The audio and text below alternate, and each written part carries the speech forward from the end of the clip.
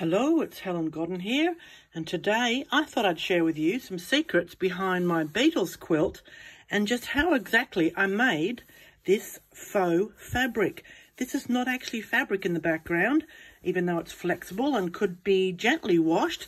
This is not actually fabric. I've created this faux fabric or fake fabric. Yeah, fake fabric. So I want to show you how I do that and then how I would paint the beetle on this block to then create this beautiful 9-patch called the Beetles. So let's have a look at what we need to make some faux fabric. The most important thing that we need is this lightweight iron-on interfacing. Okay, it's made by a company called Violin. Probably different brands are out there. It's a more of a dressmaking kind of thing, but you can see, maybe you can see, it's got shiny dots on there. Oh, ignore that. Shiny dots of glue. Okay, iron or heat activated glue. So you can see, yeah, there you go. It's shiny, whereas that side isn't. So it's an iron-on lightweight interfacing. So normally you would use it to stiffen a collar or something like that. I don't know, dressmaking kind of stuff. So I've cut myself 2 pieces of that are bigger than the block that I intend to make. So the block needs to be 9 by 11 inches. So this is, I don't know, 10 by 12. Okay, so that's the first piece. Now I need 2 pieces of that to make 1 block. Okay, so here's my second piece. But what I've already done is trace the design on there. Now this is the shiny side. I didn't trace on that side because I need that to glue down. I traced with my Sharpie with the pattern underneath and traced my beetle. Okay, so that's traced on the top. So we've got shiny side facing up and shiny side facing down. So that's the 2 gluey sides that are going to be facing each other. And basically what we're going to do is trap paper and other things between these 2 layers. Okay, so the kind of papers I use, I tend to want soft paper, not stiff, heavy, heading towards cardboard or cardstock. You want something fairly lightweight and you want a variety. So I have gone through my box of bits and found old sheet music, the front of an old sewing pattern, out of a magazine, just some really big bold text that means nothing. A bit of an old street directory. It actually shows Canberra, where I live. Some more text. I think it's German. I don't even know what that is. Some newspaper. Now, this has been printed on. I think this is Diane did this. Anyway, so yeah, it's nice and soft. Plus, it's got some bold black and even some colour. Right, doesn't matter that it's a picture of a guy on a motorbike. You won't actually see, that won't be particularly evident. But anyway, let's keep going. What else we got? Yeah, book pages. Half a train, you know. Oh, some of the pattern. Okay, that's a lovely, they're see-through tissue paper, so it gives nice layers and you've got some interesting text on there as well. There's the rest of that pattern, some bits of paper. I've got a bright ticket. Now we'll see if that is too bright. I've got a feeling that's going to stand out and be too dominant. So we'll just see. These are good. These are very lightweight rice paper. Bit of fun. This is a very lightweight piece of paper. A little bit of pattern scrapbooking paper there. Yeah, so a variety, okay?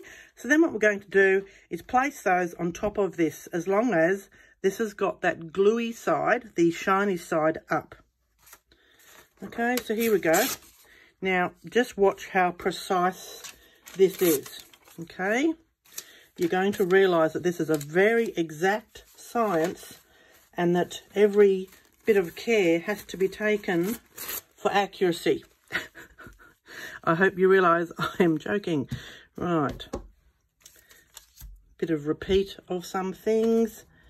Yeah, let's stick that in there. That's fun. Now, I want those ladies in there. They're cool. They're going to show through slightly. Let's have a look. This is what you can do is grab your piece and do a little test.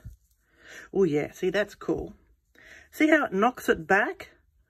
But it's still there. Okay, let's keep placing. I want some of that music. There we go. Put that music down there. I want to try a bit of that newspaper.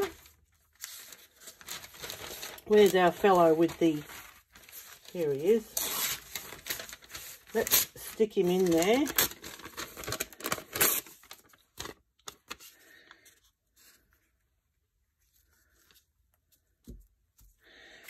What else did I want to put in there? Oh yes, I'm going to put in that bold. We're going to just check that in a sec. And that really strong font, I liked that. Right, let's do a little test. Let's see how it's looking. So you can be really, rather than it always being so precise with your careful rollerblade cutting, etc. This is really fun. You can just rip into it, man. It's just really cool.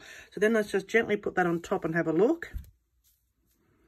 So by the time I then paint my Beetle on there, for instance, his face has disappeared, but you've just got some interesting colours there. It's perhaps a bit bland down here. That's pretty strong, and I actually would like my little ladies to be more dominant, so I'm going to whip that out. You know what? That ticket's okay. I don't mind there being a little splash up there. Another thing that's good to use is stamps or a little square of fabric. Okay, I'm going to put that green. It's kind of disappeared, so I'm going to put more of that down here.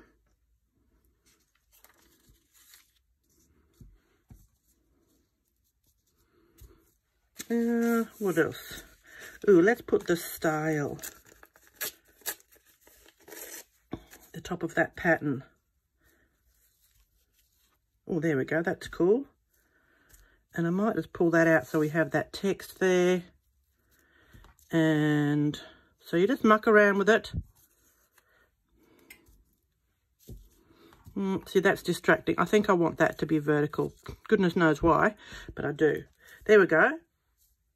Okay, so I can see that a little bit's going to come and cover up those ladies, but that's okay. I've got a little bit of edge where the two will actually stick together. Okay, so that makes it quite secure. Right, so I'm happy with that. I'm going to grab my iron. Really shouldn't be ironing onto the bottom here, but I'm going to do it anyway, just for the demonstration. Don't do this at home, folks. Right. Doesn't take much. And you'll iron all that together in that sandwich. It's quite a weird thing to be doing. So you definitely don't want steam. I've got an iron with no steam holes, so that's the way I like it. I don't want steam for this process. So just gently ironing, getting that to all stick down together and kind of making sure that the edges have glued together, securing that. This is where I'm going to put something underneath this. Anything, in fact, would be better. There we go. Well, what was that? Oh, look. I've got a teeny little bit of paper with some tulip pink design on it. Yay, let's stick that in there. Right, I want to stick it in down the bottom here. Let's see. Peel that back a bit. Gently. And... yeah, see, it is pretty stuck, but that's okay. We're just going to pop it in there. Look at that. Okay. So you can see it's really, you know, nothing precise, nothing accurate, just having fun with it. Ironing over a pin, just as a general rule, folks, it's not a good idea. So this is an op shop pattern I've picked up, and it's still even got the person's pins in there. Oh my goodness. So free pins, they're probably 1,000 years old and rusty as hell, but you know. Right, so pop this onto your ironing board would be the really smart thing, but I'm just doing it here on the video. So there's more pins in there. Get rid of it. Huh, okay. It's hard to get good help, isn't it? Right. That's pretty good. I'm just going to flip it over. Yeah, you can see it's not stuck on the back. So flip it over. Get all that stuck down.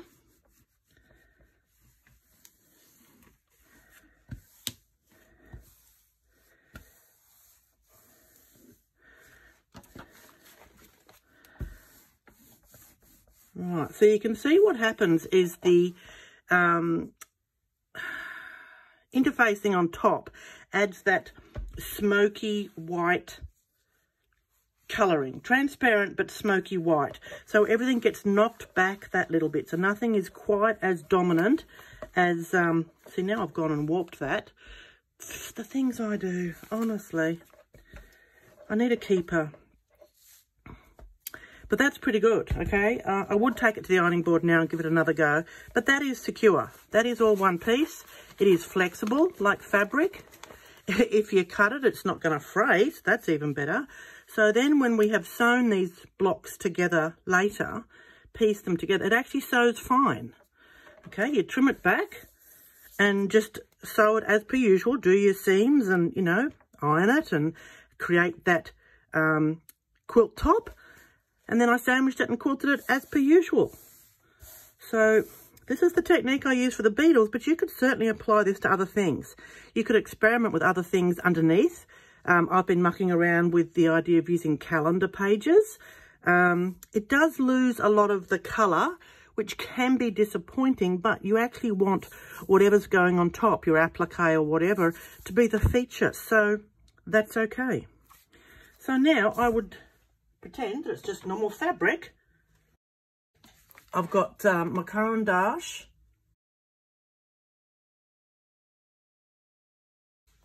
crayons. They're my watercolour crayons. So I'm just going to have a little play with those to begin with. And let's just see what happens.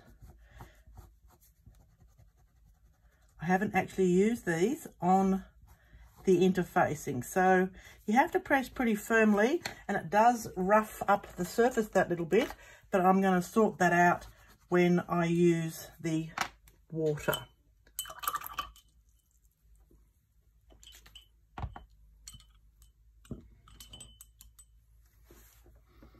So then I come in here and gently tickle.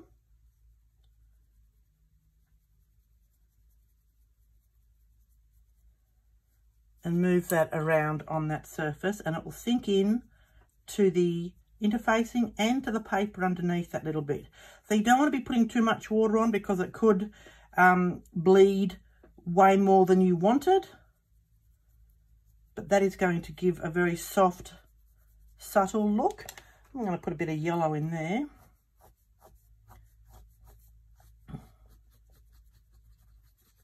And you can see when the surface is wet, it actually really grabs the crayon. So the water is to move it around and blend it together and have it sink into the surface. Let's go again with some different greens.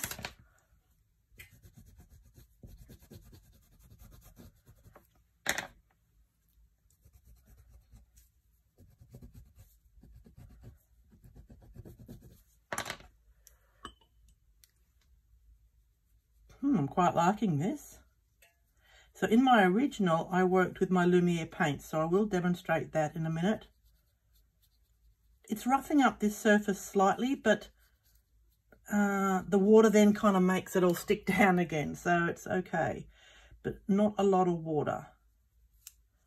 Just enough to wet the crayon, activate it, it becomes creamy, and you can move it around like paint.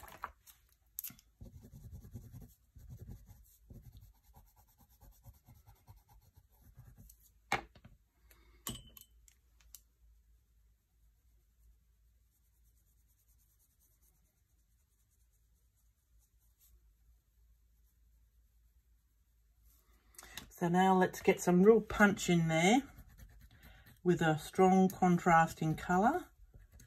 This is a really dark crimson pink, going down to a red colour. So you can see I'm not filling those shapes because there's plenty of colour there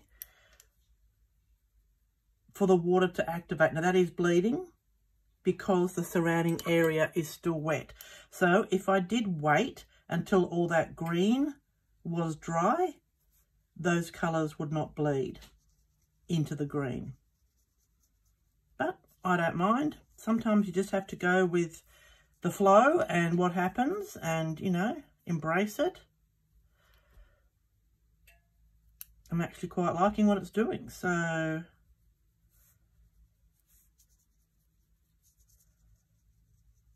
see how I'm activating that colour and making it fill all the texture of the iron-on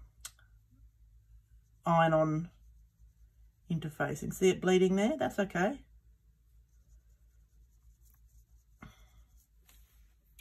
Right, so I am just going to demonstrate my Lumiere paints as well on this little fella, just to show you some other ideas. So here's my Lumiere. So let's start with this one. So of course Lumiere is opaque rather than transparent, so where it goes it covers. So anything that's underneath will be completely covered, whereas we are still seeing a bit of, say, that music come through the Caran D'Ache areas because they're a bit more transparent.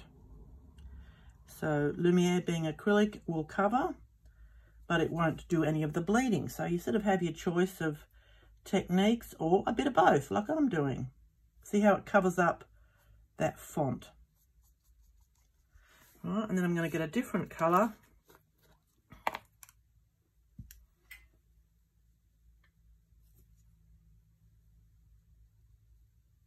Now I can go over that Sharpie later if I want to, but that's also where I'm going to be stitching with my black thread. So if it disappears a bit in the paint, that's okay. I'll find it later with my black thread. Because once I stitch around all this with stitching, it'll actually look like applique, and you won't even realise that it's actually painted. Anyone looking at it will just think you've done amazing applique onto an amazing fabric. They'll be saying, where did you get this fabric? It's got these really cool patterns in it and all these bits and pieces. Like, I haven't seen that fabric at a quilt shop. No, you haven't, because it's original and it's yours and it's not like anyone else's. You could really personalise it and have, I don't know, your own stationery in there, your power bill, things that you don't want to find ever again. Like, oh, I can't find the electricity bill, dear. No, we didn't get one this week. Yeah. So you could, oh, I don't know, you could write out your annoyance with someone and stick it in there and immortalise it in a quilt and then give it to them and they never know that it's in there, but you've actually told them, oh God, that's terrible, Helen. You've actually told them what you wanted to say, but you weren't brave enough, so, but it's in the quilt and then you've given it to them. Oh, that's evil. Where does this evilness come from?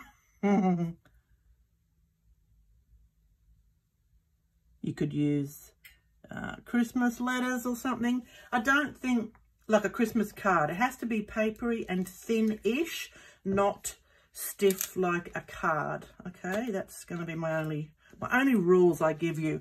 And the fact that the 2 layers of Violin, you do have to have those facing each other with that shiny side, and make sure that whatever design you want, you trace on first, because hey, once it's made, once this faux fabric is made, your light box, etc., you can't trace onto it, you can't see through it. Okay, so if you need to trace anything of your design on first, get that done. And in this case it worked well because I wanted to be able to see where's my Beetle going to go, because I didn't want to put in these awesome women here, the models for our lovely pattern, and then have them covered up. So it actually makes sense to get that design on there first. Right, so I'm only using a very limited palette here. What have I got? Rose gold, emerald green. This one is called Old Brass, which looks kind of like khaki or an olive colour. And this one was the grape, I think. So, you know, I literally just grabbed the 4 closest colours to me, which are not my usual go-tos because I was just random. But you know what? Beetles can be any colour you like. Cool. So then I would probably bring the purpley colour back in here for the tops of his little legs. I don't know what they are, his shoulder joints, I don't know. Someone who's a beetle expert out there will be shouting, going, that's the something or rather triple hinged joint of his leg. Look, I managed to give him 6 legs. I think that qualifies him as a beetle. Although there are some 2-legged beetles. 4 of them. Oh God, that was a dad joke. You love me, yeah, yeah, yeah. You love me, yeah, yeah, yeah. With a joke like that, you know I can't be bad. Don't give up your day job. Honestly, seriously. Right. I love those little ladies in there. And what's cool is that when someone looks at this, they'll see the beetles, and then as they get up close, they'll find these other little intriguing elements in there and be like, wow, that's so cool. So, you know, as far as a good collection of papers, it would only take you a week to start collecting a few things, or just go to your local op shop and buy an old book, an old magazine, an old pattern, like, you know, sewing pattern, grab an old newspaper. That's it. You're set to make about 10 blocks. Truly. A few little fabric scraps. You could include little fabric scraps. Like I use little bits of paper here with patterns, but you could pop in a little bit of fabric scrap in there. That would be fine. I tried to avoid using any fabric just so that I could truly say it was faux fabric, like completely pretend, fake fabric. I could come back in here with some of my Lumiere paints to give it a bit more oomph. Let's have a look. I have got some crimson here. Let's just see. So this is where I did the Caran D'Ache. Yeah, what if we just added, see, that can just go directly on top. And that's just giving it a sort of more solid colour.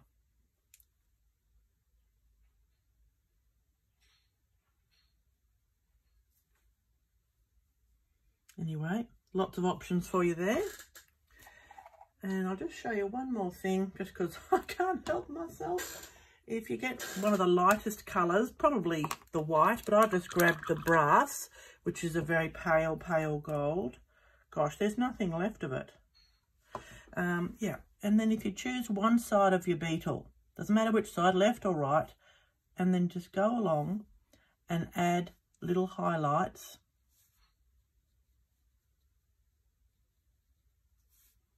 Because, you know, beetles are shiny. Their shells and things are kind of shiny. And straight away, that has that bit of sheen to it. And looks a bit more, you know, shiny, like a beetle.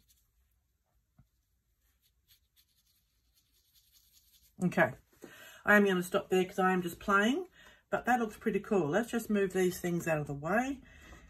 We're going to have to let that dry, and then I would iron it again, and then just treat it as a painted block, and it's ready to trim and put your other 8 beetles with it and create your beetle quilt, or just do the one and use it as a panel of a bag or something, whatever you like. Let's have a closer look with the camera.